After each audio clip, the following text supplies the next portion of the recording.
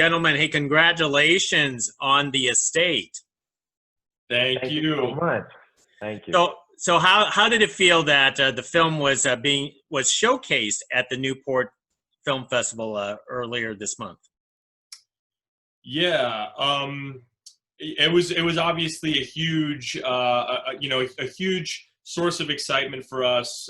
Gig, as we were just talking, Chris and I working on this thing for a total of about 2 years, and just putting so much elbow grease and blood, sweat, and tears and passion into this project, especially considering this is my debut as a feature film director, and Chris is as a writer and star, and it's just a real labor of love for the both of us. So having it out there in a semi-public platform was a huge deal for us, and we're just excited to start getting some eyeballs on the project. So Chris, where did the original idea came from for a project like this? It came from a while ago. I was kind of talking, James and I had worked on a web series together and a couple of shorts and stuff. And I tried writing something with someone else and it didn't work out. And I was just thinking to myself, what are the kinds of movies that I wish were out right now? And I just remembered these movies like Wild Things and Basic Instinct and these really fun, sexy, murderous movies. And it was this thing that I really didn't see in the marketplace. And I also really haven't seen many movies that star gay guys and where the characters are gay as well. And I just sort of wrote this thing, and James, who is a Jewish bro with a wife and 2 kids, read it and was the biggest fan. And so that's when we sort of thought that this sort of kooky idea in my head could actually really translate to a much broader audience apart from just, me and my laptop. So was George, the character George, did you actually intended to have yourself in mind to play that character, or you basically just left it open-ended and just circumstances you played it for the movie? I'm not the type of person who is like, wow, I'm an actor first, and so I wouldn't write a role like this and say, you know what, let someone else, just have it. I just didn't feel that way. And yeah, I wrote it with myself in mind. If some really big star came along and said that, they were going to shepherd it, I might have considered it, but we made this in a vacuum. And it was James and myself and a few other friends and mentors of mine that came along. My acting teacher was our casting director. So, we brought in people who believed in us, but really we made it just for ourselves.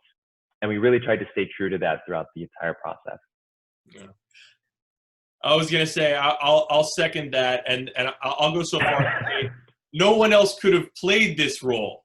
So that was a completely nothing that ever crossed our minds with having anybody other than Chris bring the role to life.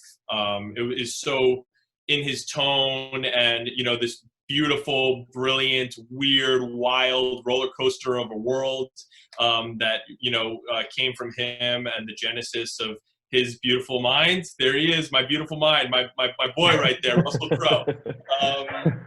I got the whiteboard, and all the papers surround, that's right. like Carrie Matheson in Homeland. Especially now, we're just, in the pandemic. That's his bunker. We're all in our bunkers. But yeah, and I would have been the first line of defense there to just ward off any A-list star. Get your hands off this thing, man. We need to get our faces and our names and our talent and our ideas out there. So that was kind of the whole point of this project.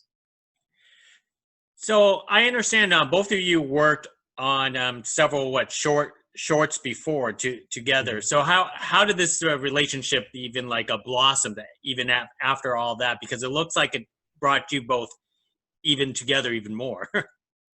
We met in 2015. I I did this showcase and I met a bunch of people and had some generals. And one of the people at one of these general meetings, it was at the Beverly Wilshire. I thought it was very fancy, and he didn't help me at all. But the one thing he did do was he was like, you know, I know these guys in Santa Monica, and they make really great stuff. You should talk to them and see if you guys can come up with something to make. And I got the contact info, and that was really how it started. So there are all these stories where people who, when they first come into the industry, they meet all these different people and they're carted around town and nothing ever happens.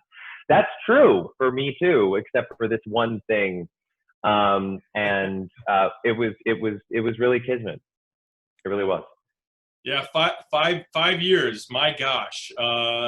You know, time is a construct, as we all know nowadays. It feels like forever, but yeah, when Chris and I met 5 years ago, you walked through the production company's doors. You know, I just, I don't know, man. I drank the Kool-Aid really fast. I was like, this guy, Chris, has got something. Not only was he super talented, you know, writing great stuff, web series that he brought through the doors that we produced. And I had the, you know, a fortunate opportunity to direct him. And so I was very familiar with him as a performer and his skill set and his strengths and what he could bring to the table. But man, from minute one, I just knew that people needed to see this guy and what he had to offer. So it was a quick bond. And this is really a continuation of us just kind of, you know, leveling up and making bigger and more visible productions, and, you know, kind of trying to tap all of the, you know, precipices of our minds and just, you know, push ourselves as far as possible. And that's what we're trying to do. Yeah, we graduated to this, you know, and I think that one of the things we saw in each other was not our own talents, but selfishly, I think we make each other better. Mm-hmm. And, you know, we don't fight very often, but like we challenge each other. And I think that was something that I learned a long time ago that people need. You don't always want to be the smartest person in the room. And so whatever I was doing, I knew that I had someone behind the camera who was going to give me notes, who was going to make sure that I was taken care of, and so was everyone else on set. And that was really, really important because, you know, directors and writer actors are pretty common around, you know, here in Los Angeles. So I think that if we were going to do this with people, it was something that you just want that, you want that cocoon, but you also want to make sure out of the cocoon, you know, you fly. So yeah. Well, I'm thoroughly impressed with the state, the quality of, you know, the cinematography, the story, the acting, and everything else. And I would not guess this was a first feature for both of you in terms of writing and directing. How was that experience? And could you talk about the challenges of, you know, making this your first and pretending like it's not your first? Oh my cheap. God. It was cheap. It was cheap. Lee, yeah. Where do we start with that? Well, threadbare. Yeah. Yeah. I guess a continuation of what Chris was talking about, and just wanting to make sure that you're surrounding yourself with not only people who are experienced, but can bring something to the table, but people that you admire and respect. And you can, you know, scrutinize every decision that you make along the way and have a brain trust of people. You know, our producing partner in this project and my business partner, Adam McCalca. We had the cinematographer. Love you, Adam. Adam, number one bro right there. You know, the cinematographer had a few features under his belt, but the cinematographer and I both come from a short form world where we did a lot of music video stuff, commercials. We knew how to make stylish things in a shorter runtime. But, you know, I think that a feature film is one of those things. I'm also lucky enough to have 2 kids. And it's one of those things where when my wife was pregnant, people are like, you have no idea. And it's like, oh, how hard can it be? How hard can it be? And I think, Chris, you probably attest to that. Like, you know, throughout the process, people are like, it's a feature film. You don't know what you're getting into. I'm like, it sounds fun. It's sleepaway camp. We'll be, you know, 20 days together. It'll be great. Like, what's up? And it's like, You don't really know until you go through it. Luckily, we had some, some really great pieces of the puzzle who'd been through it before, and even on the post side, our editor had a few really amazing features under his belt as well, and was just such a good rudder for us. So we did it with a lot of help, I guess, to answer your question, and also it was nerve-wracking, terrifying, but also I think something that Chris and I had wanted to make the leap into for a very long time. Feature filmmaking, so we were just so excited to grab the bull by the horns and do it and try to do it as right as we could. I said to myself, if I can just see one beautiful moment a day in our 23-day shoot schedule or something, I was like, 23 beautiful moments, I think we'll be okay. We'll be able to figure out a movie from that when we get into the edit bay. So that was my goal, and I met it. On the first day, we shot George and Joe in a car scene. And George, Chris, my lovely esteemed colleague, had a monologue. And it was this first day, and it was a tough one, too, about his goal as a character and his motivation. And he nailed it. I think it was a couple takes, maybe take two. And I saw it, and I saw a glint in his eye, and I said, oh, my God, he's a movie star. He's a movie star. It made me, honestly, it did have a huge weight off my shoulders. It made me feel much better. Going into the rest of the shoot with knowing that we can capture those nuggets, and if we can build and structure the movie around that, we'll hopefully be okay. So that was the goal. I think if audiences actually watch it, the reason why they probably can't tell is because your elaborate sets, and not to mention that you brought in other cast members who are actually well known in the industry, like Eric Roberts or Heather Matarazzo, Alexandra Paul. I mean, how did you pull them off? Because I'm actually guessing they're always supportive of indie projects. That's why. Yeah, we wrote to them. Different people who were a part of our bare bones pre-production crew. We were just sort of brainstorming, and I think James, it was you who was like, you know who you look like? Eric Roberts, like a younger Eric, a little bit, just a little bit. And as soon as he said it, I was like, oh my God. And he said yes, which is crazy. I mean, if you read the script on the page, not really knowing what it's going to look like, it was a leap of faith for everybody, but I think they would meet with us, and with Eliza in particular, within 10 seconds of her sitting down in that conference room meeting with us, that was it. She was my mom. There was no one else. The role was hers. So it was luck.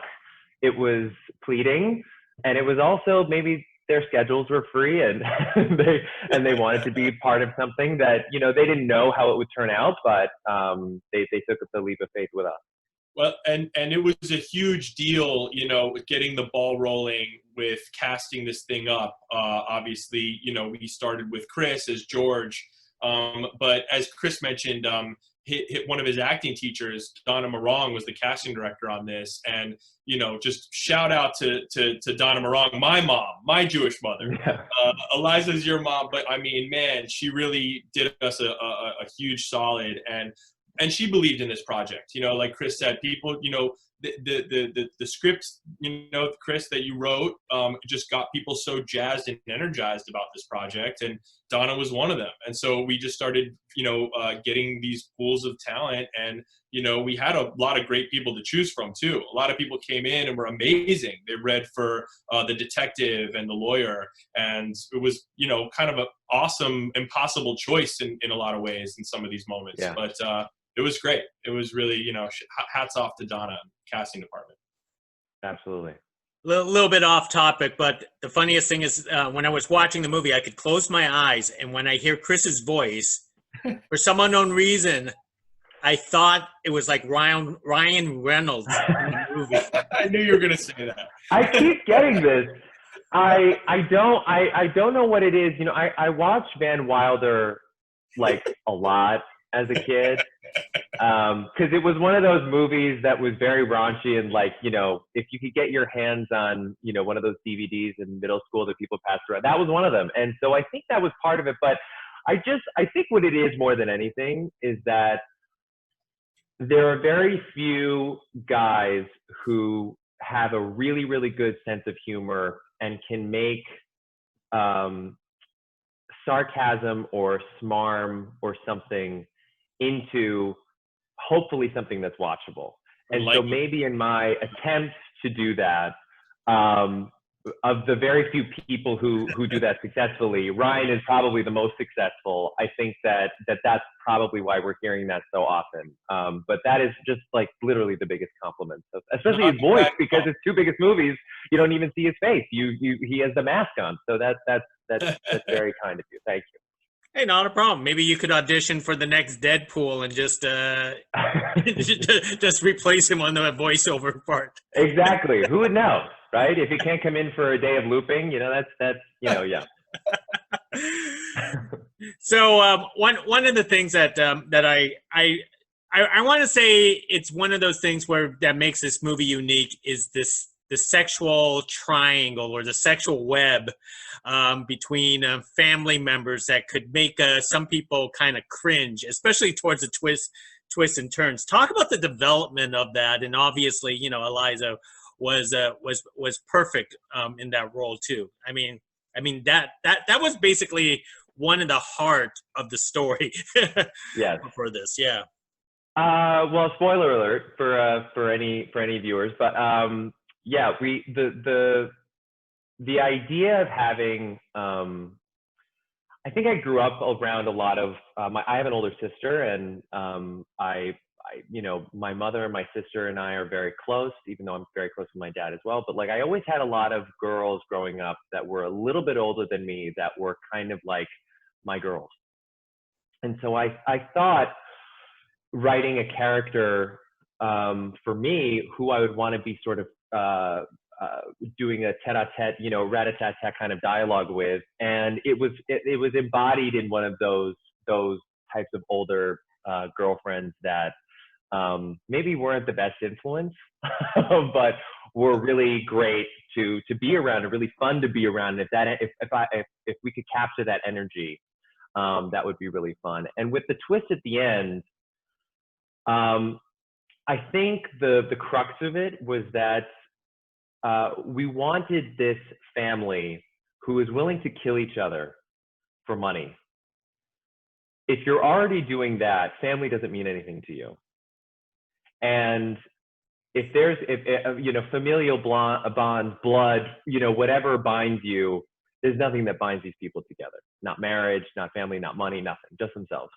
And so the idea that George would win in the end was something that I didn't want the cops to come in. I didn't want it to be a morality play. I didn't want to see him go to jail or, you know, in a shootout, you know, like at the Untouchables, you know, in the train station with the, you know, I didn't think that's what George deserved. He deserved something worse.